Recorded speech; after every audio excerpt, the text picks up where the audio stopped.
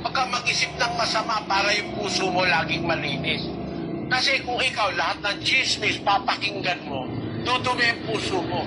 Yan ang mga chismoso-chismosa. Mga ahente ni Satanas yan para dumihan ang puso mo. No? Ang daladala niyan, mga chismis, para ikaw ay magalit sa kapwa, makapagkaroon ka ng masamang isipin sa kapwa. Ang trabaho niyang mga chismoso-chismosa, huwag niyong gagawin. Marurumi ang puso niya. Kasi ang sabi ng salita ng Diyos, ang mapaghatid dumapit, naghihiwalay ng magkakaibigang matalik. Sabi ni Kristo, mapapalad ang mga may malinis na puso.